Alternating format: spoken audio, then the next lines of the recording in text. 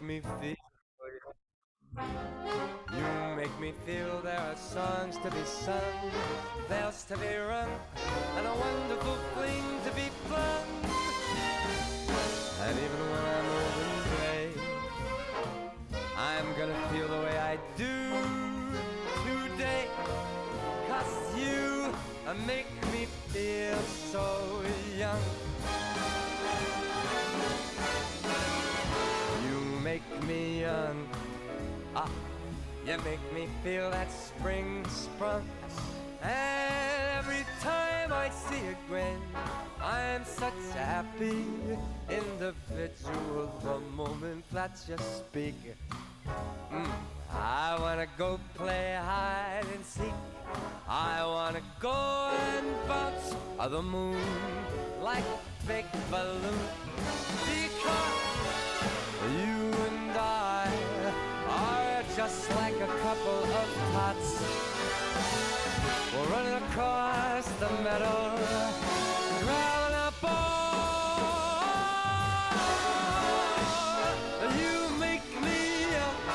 You make me feel there are songs to be sung, lots of bells to be rung.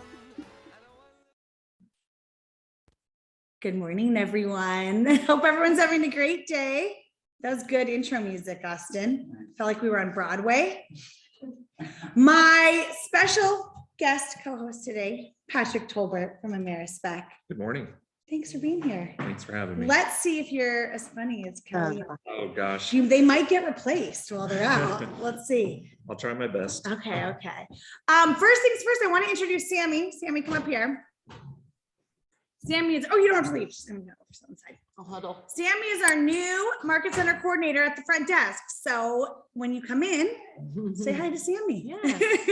Right now, she's just in the mornings for the next couple of weeks, just since she gave notice to her other job, wrapping up, but then she'll be full-time. And so far, so good. Right? Yeah.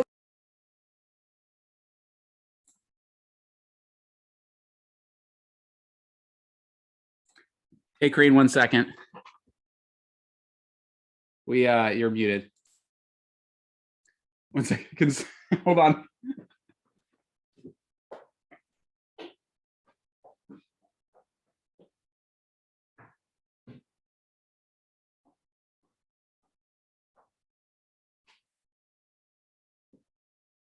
Right now. There you go.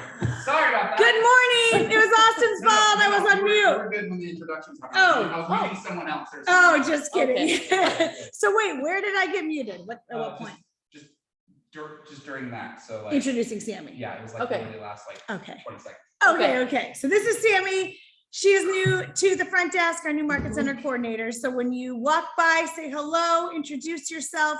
She's going to be learning everyone's names over the next couple of weeks. Yeah. So welcome. We're so happy to Thank have you. I'm happy to be here. Great. Okay. Wonderful. Thanks, Sammy. All right. So it is spring break. So a lot of things on the calendar this week are canceled. So a lot of our new agent trainings and all of that are canceled. But if you need help, just know to reach out to any of us. Kelly and Tanya are out. But just know any of us can help you with any of your transactions or anything like that if you need help this week. And what else is on the calendar? Bold starts April 7th. And some of you have already signed up, and we have a slide for that coming up. Boston. All right. Step 1 starts April 7th. And it is every Thursday, but it does skip a couple weeks because it skips the 14th because there is a leadership event in Texas. It also skips May 12th because that is Red Day. So it's every Thursday, 9 to 2:30. They changed the times a little bit to accommodate for if you have kid drop-offs, different things. So it is a really great opportunity. We have offered to finance half of it for any of our agents who want to go. And if you attend all 7 sessions, you don't have to pay us back for the half. That's a great deal. Yeah, it is a good deal. You've gone to it, I've been to right? Bold once, yeah. It's good stuff, right? And they've rewritten a lot of it to Oh, good. be up to the times, right? Things have changed. It used to be a lot of, making calls. Now it's, reaching out to your database and your sphere, because just the way people get business has kind of changed a little bit. So there's not as many expired listings out there, for example, as there used to be, right? Yeah. Listings aren't expiring. So it's up to date and should be exciting. I think we have like 8 or 9 people so far from our market center registered, and we are partnering with the 3 other Portland market centers for this. So it should be a really great opportunity to also meet some people from the other market centers and just learn. So if you're interested, reach out to Austin, or if you have questions. And then Ignite for our new agents or anyone who has not been through the Ignite series, or if you came over from another brokerage, or if you just want to re-energize and get focused on growth and kind of go back through the Ignite series. It begins April 6th. And do we know what days of the week that's going to be on? We're looking at Wednesdays, Fridays. Wednesdays and Fridays, so that it doesn't conflict with Bold in case you're doing both. But Ignite is taught by a different top agent every class. So it's cool. I mean, even if you have been through it before, are an experienced agent, just to hear what some of our top agents have to say and learn from them is incredible. So we'll have the full lineup and who's teaching what out soon, but just mark your calendars, especially if you are a newer agent and have not been through the Ignite series. We've taken a couple months off because Omicron came back and, you know, there was all the winter stuff. So we want to make sure when we do have Ignite that everyone's engaged and able to like really fully participate. So that's why we kind of push the pause button for a little bit. So that is exciting. Spring is here. Everything's back. This is exciting. Yeah, Sunday was the first day of spring. Yes. I love it. According to Michael Bublé, spring is sprung. So I love it. Oh, I'm gonna look jump at over here for a this. second. Oh, I love it, Austin. Okay, we're gonna talk about our haves and wants. Oh yeah, have them once. Let's do that first. Oh, okay. Oh, I'm dying right now. I know. Can you tell a lot of our staff is out today in leadership this week? So we're working double time. Okay, let me in that. Bring it over here. Boom. All right. Can everyone see that? They can now. Okay, Okay. Let me cool. bring this over actually. See if this works. Well, This and distance. again, another shout out to Ryan Purdy for setting up the haves and wants forms. And thank you to all of you who have participated and filled them out. Let's see. Yeah, so as a reminder, if anyone hasn't seen this yet, so we have a new haves and wants section of Woo, command. look at all that. It's getting pretty busy. So we're really excited that everyone's utilizing this. And just a reminder of where you can find it. So we have it at the very top of our KWPP agents site. We decided to put it at the forefront of the website. We're smack dab in the middle of the tabs, just so it's easy to access, because unlike a lot of the other aspects of our website, that it doesn't matter who's using it, how many people are using it, things like that. It doesn't really diminish the value of those. Like, you know, if you watch a recording of a meeting or access some of the forms or things like that. But with this, you know, the value comes from how many people use it. And so we wanted it to be quicker access. And so you go to the very top to the haves and wants tab, and then you can just go to the full list of haves and wants. You can also, again, fill out your own haves and wants by the left and middle tabs respectively. But this one right here, the full list of haves and wants, you click this, it'll take you to a form that will populate as those haves and wants are filled out. And you can go at the very bottom and jump between the upcoming listings, which are these right here, and then any of the buyer needs that have been requested. So you can kind of view those. Are there any of these that we want to Hold on. showcase? Let's see. Yes. So we got some from Ryan Purdy. Jana has a few. Wait, hold on. Linda. Well, let's read them. Yeah. Let's read the upcoming listings. 'Cause here, those are go gonna- back Oh, real wait, quick. hold on. So I don't have to try to read like that. No, Oh, fine. the full list. Yeah, click on the image and Oh, wait, there we go. This one? Yep. Okay, so the upcoming listings, this is exciting because we need these, right? So Ryan Purdy has an upcoming listing. Let's see here. Where does it say where they are? Can you tell we're just figuring this out here? Vanguard Lane. I don't see. Vanguard Lane. Wait, let me see if I can click on it. Oh, in Beaverton. Okay, Beaverton. That's 2,000 square feet, priced at $480. So that is a popular price point, right? So that's good to know. Jana has 2 listings coming up. One of them is around 1,500 square feet, priced at $475 in Portland, and then one in Vancouver, built in 1981. There isn't a price listed on that one, but these are all like really good price points. So I think, you know, this is going to be useful. Linda. It looks like this blank one right here. I don't know. Oh, that is Linda's. Okay. Linda looks like it. Oh, Put yep. 2 cells up. Linda has one coming on priced at 500. And if you want any more details on these, Austin showed you how to get to this, but I mean, these are all upcoming soon. So this is great. Linda has one at $500,000. That's about 1,200 square feet coming on soon. Pam Waldman has a couple coming on in, let's see here. One's in Portland for 840,000 and one's in King City for 350,000. So those are going to be good, especially 350. And Mark Schultz has one coming on in Hillsborough for 550,000. So 1,500 square feet. So we know that listings are tight and it's hard to compete with your buyers. So if you have buyers that are looking, those, it would be great to reach out to some of those agents now. And then buyer needs, look at all those buyer needs, right? Like it's hard for buyers right now. So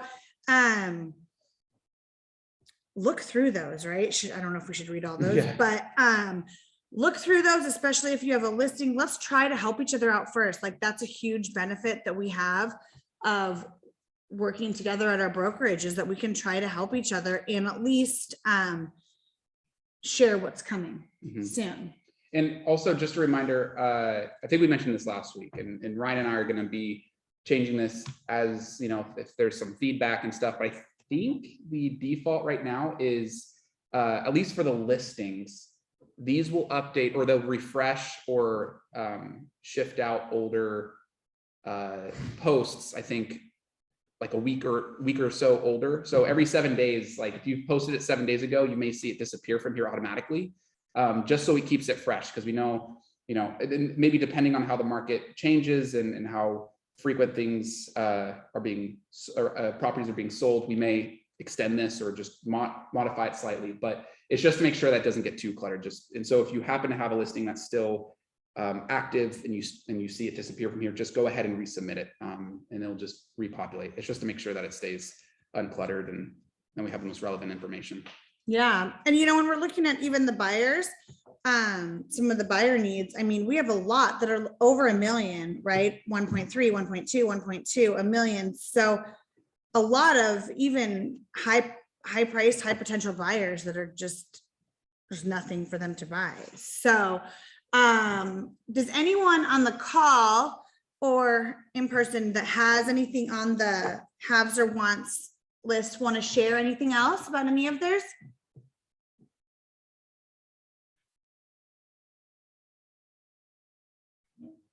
All right, cool. Just remember to check this out. And then Austin, maybe also share a link to this in the Facebook group too, just so it's top of We have mind. it, it's pinned at the top. So it's the All right, look at that. featured comment or post from Ryan. I love it. So cool. So yeah, let's use this right now because as you can see, there's a lot of wants. Let's try to help our agents get that. Thanks, Austin. Yeah. What's next? Show us what's new with tech. All right, let's see current slide. Okay, let me change the share just in case. All right. Okay, so this is new. And so I'm gonna, every week I have a meeting with the other Market Center tech trainers in the Northwest region, and we go over what is new in Command and what is coming down the pipeline. And so what I'm going to make a goal of is kind of see what's new, maybe something that we haven't talked about or that I think would add value to you guys. You know, just things in Command that I think are neat or that are relevant to what people have been asking me lately. So here I'm going to go over some general availability features that Command recently added, or KW recently added to Command. I'm not going to necessarily go over any of the stuff coming up because even if things are 2 weeks down the road, there's a very good chance that that really means 3 months down the road. And I don't want to overpromise. I've done that. I've learned my lesson the hard way of saying, oh, it's going to be out tomorrow. And then it actually never actually happens. So I'm going to avoid that as much as possible. But these are actually things that are out in command right now that you may have not seen. And I want to go over them. So one of the first one I want to show you is in opportunities. So in opportunities, when you have, like when you go to your details tab, in someone's opportunity, there is a new section for Keller Covered. You can actually have and connect a client directly with Keller Covered through that opportunity. So all you would do is see it at the bottom right section. It's kind of hard to see, at least people in the room at the bottom left. Underneath some of the property details, you will see that Keller Covered option, and you'll be able to go in and send them an invitation. And then over on the right-hand side, this is kind of what the form looks like. It's a little blurred out because I transposed it over here. But go ahead and explore that. Go see what it looks like. If you have a dummy account on your command profile, like an account that you just use to test things with your own personal email, go ahead and test this, see how it looks. But it's really cool. You can have it now. Keller Covered is fully integrated. So once you're in that end process of with a buyer, you can now invite them to get insurance. So it's kind of Oh, cool. I was gonna do a pop quiz and see who knows what Oh, Keller Covered is. Who Covering your knows what home. Keller Covered is? What are you inviting your customer to do, A, and B, what is Keller Covered? Yeah, so you're inviting them to fill out an application with Keller Covered. It's kind of like For a quote. for a quote to get home insurance. Homeowners. Oh, homeowners insurance. Oh, Yeah. okay. So That's a it's- missing word. Okay. Yeah, no. So Keller Williams has like 2 services that are in-house, exclusively used for agents and their Okay. clients, is Keller Mortgage and Mhm. Keller Covered. Okay. And we may have something on Keller Mortgage soon. I don't know. It's been a little while. And Peter Clark, he's a guru at Keller Mortgage, he uses it on every single one of his presentations. So maybe we'll talk about that sometime. Okay, soon, so we have an but- insurance agent and a mortgage broker. Okay. got Yeah. it. And they're intended just to be tools in your tool belt, right? Like you're not pressured to use them. It's just another tool to make it easier for your clients, right? Yeah, but if you get in a contract, then you just send them this out and they go, Mhm. oh, maybe I can get insurance to cover. Right. Do we And- just get any kickback or any commission or anything on that? No, for but you? I don't know from personal Brownie experience, but points and supposedly brownie points? brownie points, right? It's really good rates for your clients because they don't have to pay to advertise, things like that. And it's just available for Keller clients working with Keller agents. Right, I get And so it's a benefit to your clients for working with you. So that's like the true benefit. If it's anything like Keller Mortgage, when it comes to the discounts and the savings that the client can provide, then if it's any correlation, because they're both under the Keller Williams umbrella, I feel like there's value in it. But it's worth checking out. And there's a lot of information online at the Keller Williams website about Keller Covered. Yeah, it's a cool little feature they added to opportunities. The next one is in the marketing profile. So if you're using the Keller Williams, your KW website, they have a new update in there where you can have a slogan. And I learned this, I actually noticed it before they gave me the update on this. And I was like, what is this new required field? Like, I don't know what to put here, but it's up to 160 characters, I think, does it say? Mhm. Yeah, 160 characters. A slogan that's just kind of a quick snapshot of who you are that'll pop up in your KW profile. But also they added some weird things that you think that would be there for long term, but it's just a quality of life update. It used to be that if you uploaded a photo or a team logo in your marketing profile, you couldn't remove it. It was weird. So the only thing you do is replace it. So they added those, which I'm always for those little quality of life changes. So A remove option. yeah, it's a remove option now so if you happen to be on a team and you leave, or maybe you accidentally uploaded the wrong image, but you just don't have one ready at the time, you can go ahead and remove it. That's in your settings under connect settings. So if you need help with that, let me know. And then in smart plans, they added this new contact validation feature that once you add people to smart plans, sometimes in the past, it would be like you add into a smart plan that required an email address or a phone number. And so what happens now is the smart plans will detect if you've added someone that doesn't have that contact information. And so it'll tell you who that is, what the reason for the error is, and then ask you if you want to solve that solution or just go ahead anyway. So you still have the option to add people to a smart plan if they don't have that contact information. But it just kind of gives you a heads up so you're not blindsided being like, I swear I've had you on a smart plan for months and you haven't done anything. And it's like, oh, you don't have an email address for them. That's why. But yeah, but there's a bunch of cool things also for things like if you do them on a birthday smart plan or home anniversary smart plan, it'll let you know, hey, you don't have a birthday or a home anniversary for this person. Again, just more quality of life, which I'm always for. And then, yeah, so there used to be a situation that where if you had someone added onto a drip campaign and they unsubscribed, there's no way to resubscribe them. It was just they opted out and you're sort of luck. You just had to live with it and hope they had a secondary email that you could use. But now you can resubscribe them. You can push a request to have them resubscribe. Maybe you put them on a drip campaign, didn't give them a heads up. They thought it was spam and went ahead and opted out. After communicating with them, you told them the situation, like, oh my gosh, I'm so sorry. You can then send them out another one. The only catch is you can only do one every 24 hours. So if you send it, they don't see it. System-wise, you may have to wait 24 hours to send another one to push them to resubscribe. But yeah, that feature, you can go into their contact card. There's like a 3 meatball button next to their little pencil icon for editing their contact, and you'll be able to resubscribe them. Just press the button, it'll send that notification. If you want to see what it looks like on a mobile on slide 1 or on a browser on slide 2, more or less the same thing, but it just asks them to resubscribe this, click it, and it says resubscribe me. And then you will get a notification that they have resubscribed. So you'll get a confirmation on your end in the bell icon in command. So I think that is it. That is all for now. I know it's a lot, but That's good stuff. Good updates. yeah. And over time, this will change, and I'll probably give some more hands-on and things I'll show you in command as opposed to slides, but we'll get there. Cool. Yeah, that is all. I like it. You know, for a while in command, they were really focused on adding new features. And then for a while, they were focused on fixing all the things that people wanted, right? Like in the tech things. And so now it's just kind of going back and seeing what are all the little tweaks that have changed based on what people have asked for. And so it's neat to see just like the little things that we're just making it a little bit better, right? Like the little remove button or the, you know, so it's good to share. Thanks, Austin. Okay, next up, we have Janice Callahan from KW Maps Coaching on today, just to share a little bit about Maps Coaching, because some of you might not even know what that is. So that is coaching from Keller Williams International. And there are some programs right now available for our existing agents to try out Maps Coaching for no cost. And I'm sure Janice will share a little bit about that. But Janice, are you on? I am on. Thank you so much. It's great to be here.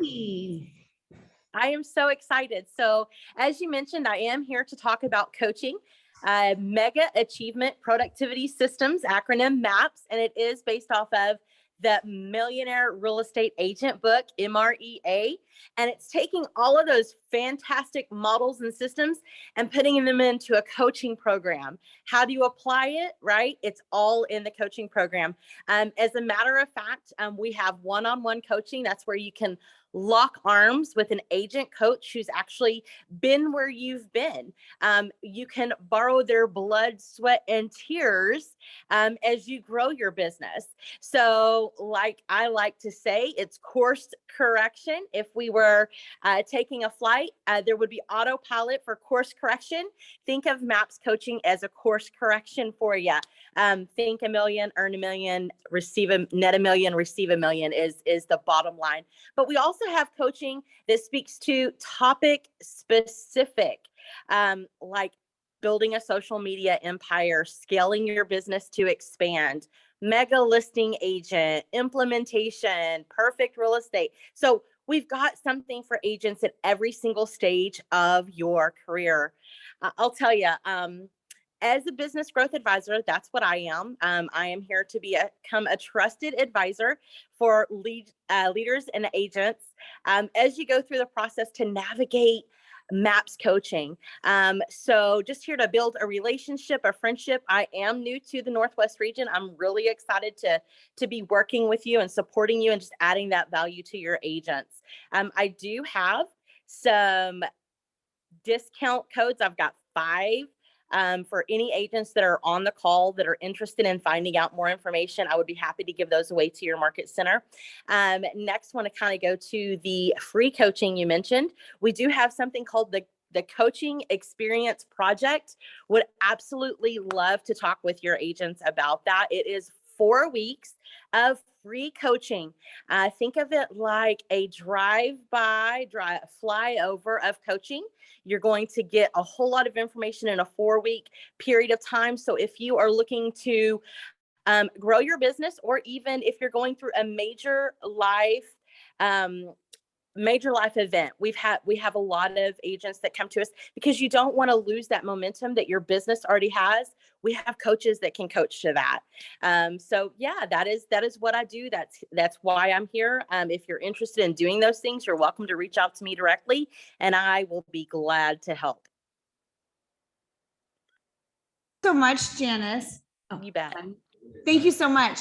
And so should you be the first point of contact for any of our agents who have questions? Yes. Okay, great. Does anyone have questions in the room? And some of you on the call might have done the program, the 4 weeks of free last year. I kind of sent it out to some of our agents who qualified. So I know some of you guys took advantage of that. But it's a great opportunity just to get a little bit of outside perspective on your business, right? All of us can grow and learn, right? Even if we think we know it all, right? There's always something to, like, somebody from the outside can say, like, well, what about this and what about that? And, you know, it's great to have outside eyes pushing you a little bit. So thank you so much, Janice. We appreciate it. Does anyone have any questions? Where is she broadcasting from? What an awesome piece of architecture. So this was the hotel I was staying in for family reunion this year. I'll move out of the way. It's amazing. Yes. That's amazing. Yeah. Shingle Creek. Pretty impressive. Shingle Creek. So is that in Texas or Florida? It's actually in Florida, Orlando. Great. Any other questions online? Awesome. Thank you, Janice. We will share your contact info in the chat and on our Facebook group too. Fantastic. Thank you so much. Thank you so much. We appreciate it. All right. So now our special guest host, Patrick. My turn. Yes. Cool. So Patrick is the owner of Amerispec. And they're our preferred inspection company. They have an office here. You probably see him in and out, but he's been busy doing lots of inspections lately. Yeah. And he has a team. How many are on your team? So we're a team of 8 people. It's me and 3 full-time inspectors, 3 radon people, and an operations manager. So we're busy, but our team is suited to work with other teams, whether you're 1 person or 20. Yeah. Yep. And I see we got slides up. Is this broadcasted? It is now. Cool. Awesome. Okay. So as we said, I'm Patrick Tolbert with Amerispec. That's our phone number and website. You can book directly on there, and I'll get this to move through the slides. So maybe a week or 2 ago, Dwight approached me and said, hey, I just want you to talk on the 2 biggest and most common things that you're coming across. They tend to show up a lot, and frankly, we're going to talk about them because these are maybe the 2 larger roadblocks that can get in the way of a transaction for buyers and sellers. Let's see if I can move this thing. There we go. And so I've put in fill in the blank in the crawl space and blank in the attic. Anyone want to fill those in? Water in the crawl space. Yes, Mold. water Mold in the and attic. mold in the attic. Yeah. Animals. Animals in both, Yeah. right? But yeah, really, truly, water in the crawl space and mold in the attic. Those are the words that no one likes to hear, but it's our job to find as an inspector because it can be expensive to fix sometimes. And frankly, those 2 words can kind of freak people out, right? Especially the M word, mold. So we'll move this through some slides. I've got some pictures, some information, and really kind of the key three things around both of these issues, how to discuss it with people, how to kind of help them understand why it's happened, and what we do to take care of it, right? Okay. So water in the crawl space, I added / basement, but frankly, most of our houses here are on crawl space, right? But it's the same issue regardless. It's water getting in. And I like to say for a house, public enemy number one is water, right? Whether it's coming from the roof or getting underneath, high and low, and on all sides, the house is always being kind of bombarded by water, especially in our climate, right? So question number one, what are the common causes of water in the crawl space? I'll say crawl space and skip the word basement for now, but I've got some pictures of both. So what are the common causes? Not where's the water come from? We know that, right? From rain, but how is it ending up under our house? That's the real question. How can it be fixed? That's maybe the most important thing, because that's what you're going to need to address as you progress through your transaction, whether you're on the buying or the selling side. And how much does it cost? So again, let's get down to brass tacks. It's all about how much it costs and who gets to pay for it, right? So let's look through some of the pictures first, then I'll kind of circle back and answer our three questions. All of these pictures, with maybe the exception of one or two, are taken by me, honestly, maybe in the last week or two. So this is how frequent we're coming across it. This is kind of a yucky and ugly photo, but what you're seeing is just standing water in a crawl space. So if you're looking at the bottom of the picture, that's kind of a black plastic. We call it a vapor barrier, right? That's water sitting on top of it. And the next picture, this is the same crawl space. So you see how it just looks kind of disheveled and sad and weepy. And it's just because water is in there. The water in this house, in this instance, was because a lot of the slope of the ground was sloping towards the house.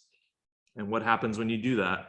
You're sort of ramping the water right at the house. Where do you expect the water to go other than underneath? There's one more. So this water, again, I could sort of speculate why it ended up in the house. It's because the earth around the house is sort of directing the water right at the foundation. And then this is a basement. So here's two pictures, same basement. And what you're often going to see is called efflorescence. And that's when the foundation kind of has salts and bubbles. And so it's because water is soaking through the concrete that the foundation is made out of. And so the water is still coming from the same place. It's from the outside working its way in. It's just that it looks different when it's in a basement because your foundation is a lot deeper than a crawl space. And so, yes, sometimes you get standing water in a basement, but most frequently what you're ending up with is more of a dampness issue. And so as we circle back to our three questions, let's answer them. So what are the common causes of water in the crawl space or the basement? Number one is the slope or the lot. It's channeling water right at your house. And what can you expect other than for it to end up underneath? There are so I like to kind of think of it in two ways. Water is either coming from the outside in, or it's coming from the inside trying to get out. And that would be more like if you had a spring underneath your house or a high water table. A lot of developers, more so in the past, would build on farmland, or not really wetlands, but wet areas. And so those areas do in fact have high water tables or seasonal water. And so the next question is, how can you fix it? Or what are you doing about the water? It's okay that the water is around. It's just that, what are you doing to manage it or take care of it, right? You don't want to leave standing water under your house like this, because it's going to evaporate. It can cause humidity issues and mold and all the gross things that too much water creates. So how do we fix it? For water in a crawl space, you're going to end up with two of your most common fixes. One is a sump pump, and then the other is a French drain or drains. And so a sump pump, in the most simple fashion, is just a 5-gallon bucket with a pump inside, and they sink it down into the ground. And that pump spits the water back outside. And so it's taking water that gets in and it's getting it out. And so that's a very simplified version of it. There are more expensive and complex ways to accomplish this, but it's the same fundamentals. It's a pump that's sucking the water up and it's getting it out. And then the other most common thing is French drains or drains. Unlike the pump, which is on the inside, the drain is usually on the outside. So picture we're outside of the foundation now. And these are trenches that we dig and we put pipes in. Similarly, they're going to catch the water before it gets underneath and they're going to redirect it to somewhere else, not under our house, right? Or our basement. And so again, these are two common ways to do it. If we got 3 crawl space basement foundation people here, they would all have a different opinion of what they think is maybe the best way to solve it. But as an inspector, I'm more of a generalist. So I'm going to be directing you to those people anyways, because that's what they're doing all day, every day. But also just know that they are incentivized by money, as we all are. So sometimes their solutions are because they understand that they're making more money on one solution than the other. And so getting more than one opinion is a good best practice, right? 3 bids, exactly. Thank you. And then lastly, how much does it cost to fix? So again, brass tacks. Anyone have an idea of general costs? How about for a sump pump installation? $1,500, $2,500. So it's in the grand scheme of things, let's say our average houses we're dealing with are in the high 4s, 5s, or 6s. A couple $1,000s is really not a whole lot of money. So that's the sump pump tends to be the least expensive option. Because again, someone's going in the crawl space, digging a hole, putting a bucket in a pump. The parts can be had at Home Depot. But to have a professional sort it out, let's just round up and call it $2,000 or $3,000. That's not too bad, right? French drains, on the other hand, are much more expensive. More labor involved because you're digging ditches and holes and you're putting pipes. And really, it's just the labor involved, right? Being a ditch digger is not a very fun job. And if you're dealing with the foundation around, say, a basement, you're digging a lot deeper than maybe a house with a crawl space. So on the low end, the cost for a French drain is more than a sump pump, $3,000, $5,000, something like that. Certainly the sky's the limit though, right? If you have an enormous house and you're digging around a 5,000 square foot house, there's a lot more ditches to be dug than a 1,500 square foot house. So it could go into the many thousands, 10,000 or whatever. One other area would be where do the gutters drain off? Yes. I had a schoolhouse that I was principal of. They did all the French drains and everything else, but they didn't notice they were running the gutters off in the entire school building. Right directly that came in. Yes. So for those watching, someone was discussing that where the gutters are discharging is also a very common culprit, because you're taking all the water from the roof and you're putting it right down one big pipe, and then you're spitting it out right next to your house or your foundation. And so yes, nowadays on a newer house, we have underground drains that are accepting that water and sending it elsewhere. But for something that's older, that didn't exist. And so you have a little elbow that's 6 or 8 inches long that's still spitting the water out right next to your house. And so, yeah, it's easy enough. You just extend that pipe a little further and send it over to your neighbor's house. Right. Which you can get in trouble for. Yeah. So especially here, we're very picky about what we do with stormwater. So if your house does in fact have little elbows and you're spitting water next to it, don't send it to your neighbor's house. But there are ways to resolve that. We'll move on to the attic. So mold in the attic. Funny enough, this is maybe even easier to resolve than the water. But we have the same 3 questions. So what is the common cause of mold in the attic? Does anyone want to venture a guess? Poor ventilation. That's the perfect answer. Poor ventilation. Yes, or ventilation. How can it be fixed and how much does it cost? So we'll move forward a little bit. These are all actually from the same house. This house happens to have 3 attics, and in each attic, the mold looked a little bit differently. And so that's why I've got a few pictures. It can look black, white, or gray, or green. I mean, we've all seen mold on like a stale loaf of bread, but most of the time we're seeing it as kind of this silver, black, white, gray color. This one looks kind of spotty. This one is more silvery gray. And then that one's kind of white. This is all the same house, all in different spots. But we're still getting the same root cause or the same issue, which is the air is not circulating very well and the mold is having an opportunity to live on the plywood. And then this one is kind of more of a blackish gray color, and I'll circle back to this one. So, whoops. Do you test what kind of mold it is? My understanding is there's only one or two types that are dangerous, and there's many other kind of fungi that Sure. are harmless, like mildew. Yes. So the question asked was, do we test the mold? Yes, we can and do mold tests. In most instances, it's not worth taking a test, because rather than sort of take more time and discover the type, we just want to cut to the chase, which is let's get rid of it. But yeah, your follow-up was there's only a couple that are really known to be bad. And your most common one, it's called Stachybotrys. That's the black mold. That's the stuff you see in the news, usually more in southern climates, that is considered toxic. It's bad to be breathing, and it can cause really bad health issues.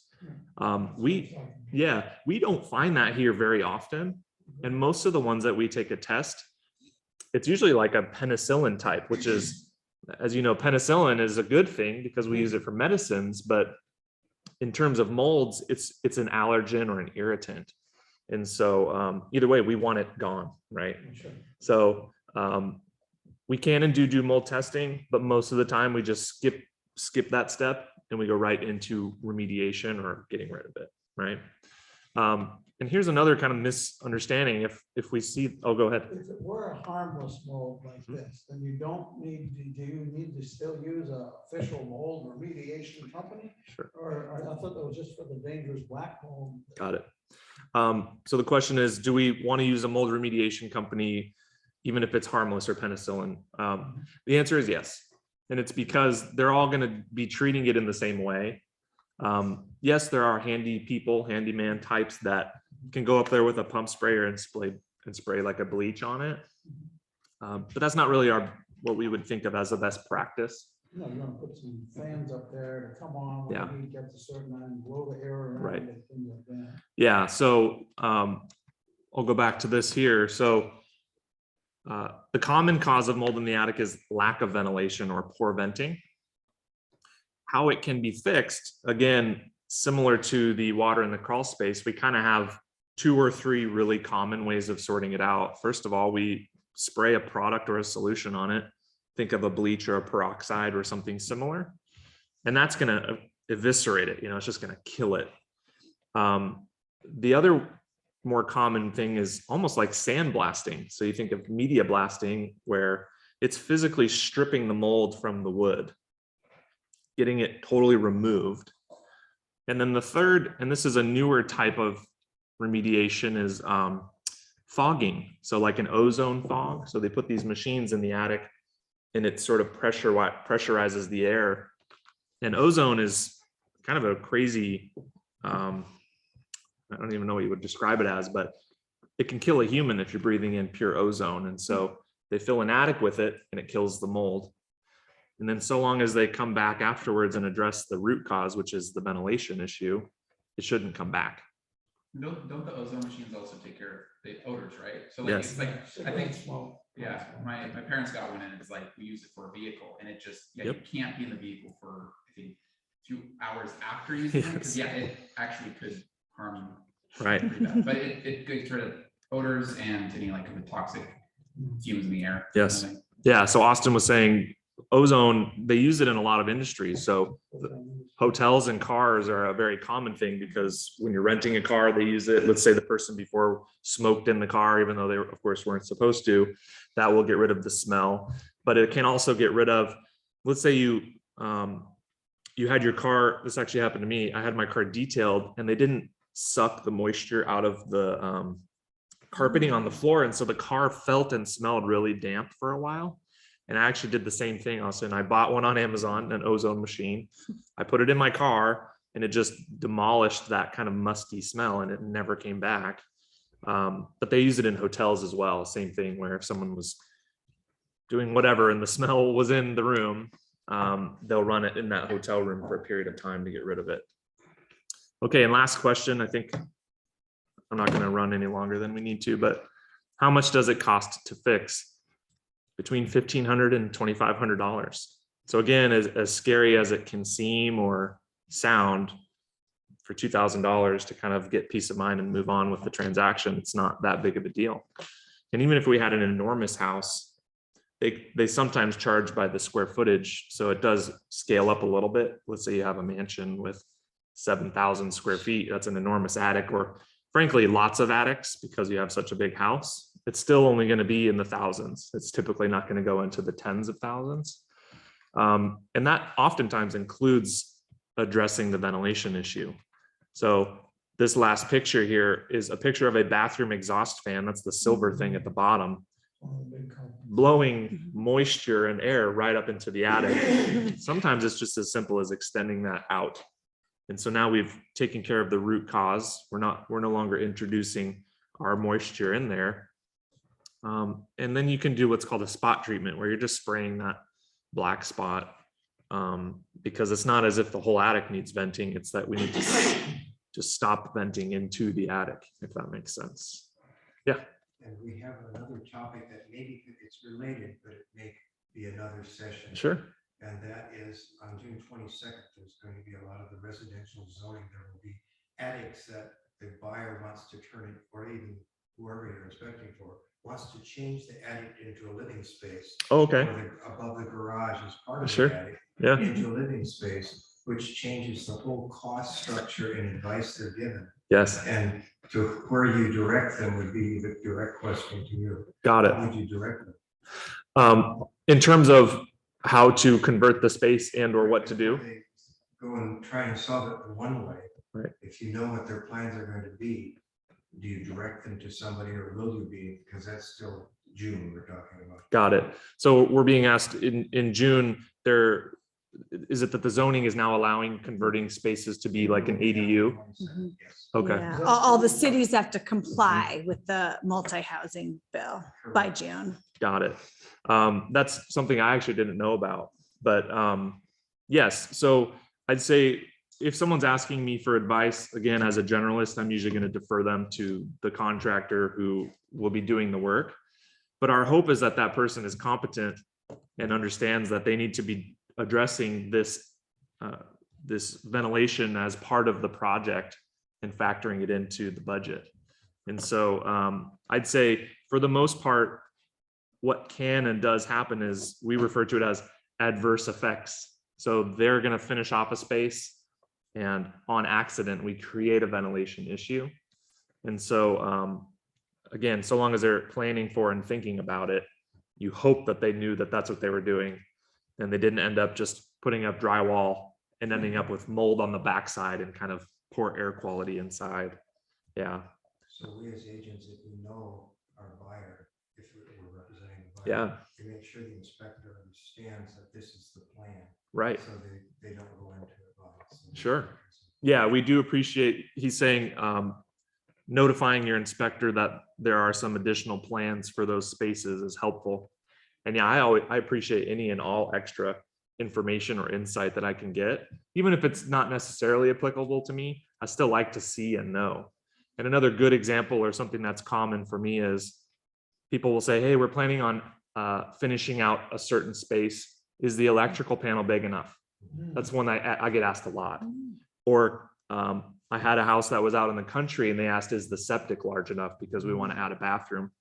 And again, it's not my expertise, but I can at least give them an insight to what I can see or find out. And so, yeah, I certainly will be on the lookout for that if people are planning on finishing out extra spaces to make an additional living space. Yeah, yeah. So that's my time. I appreciate everyone listening to me talk uninterrupted for 25 minutes. That's me. I'm around.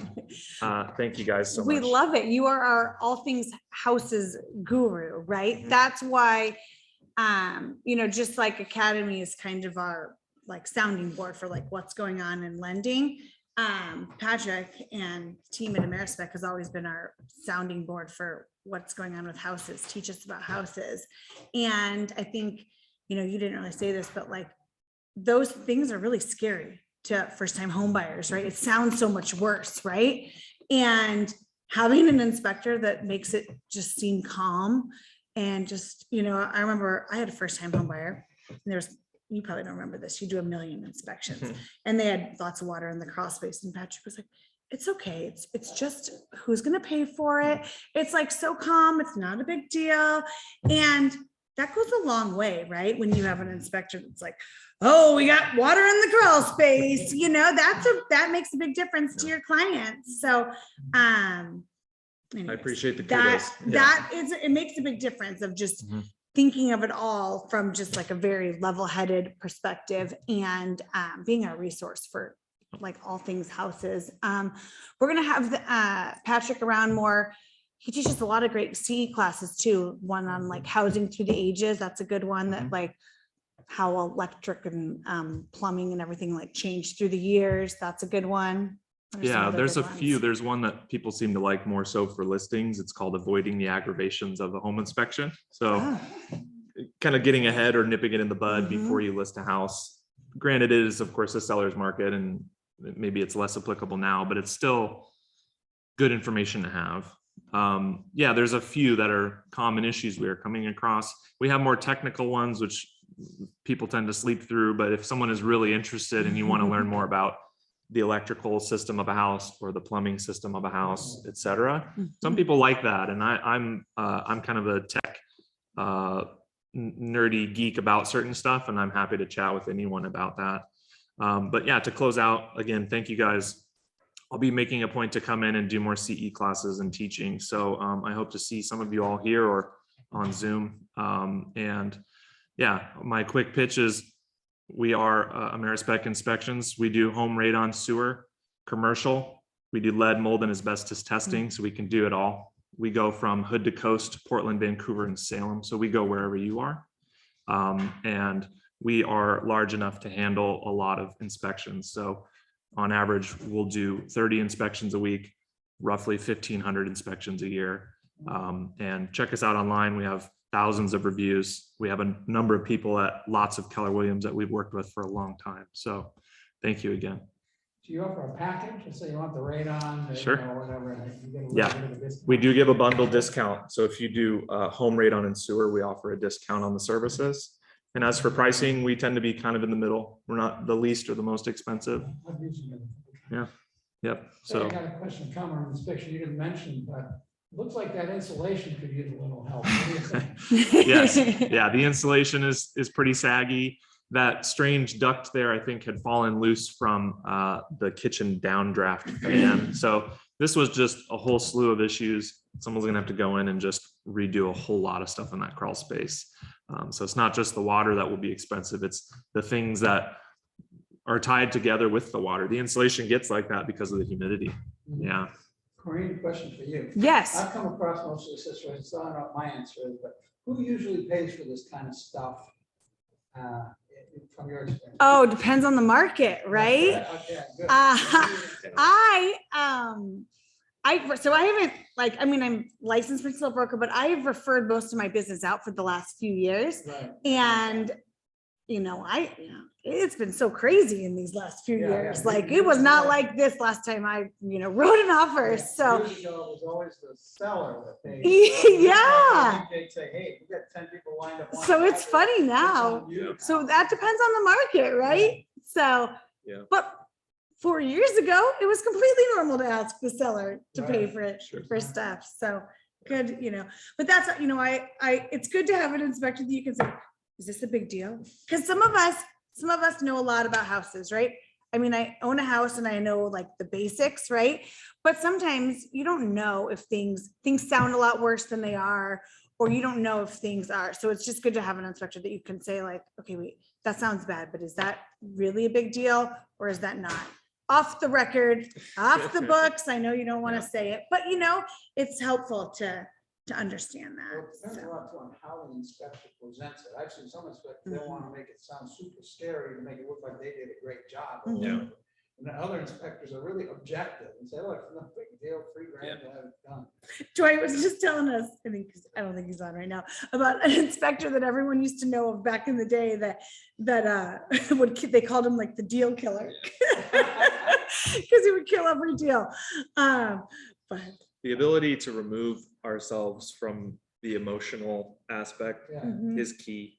And that is something we do train everyone we work with, is we refer to it, of course, as bedside manner, right? Sure. Mhm. A doctor could come tell you have cancer in one way, and he could totally tell you, the same thing, and it could just Certainly. totally change how you're feeling about everything. Yeah.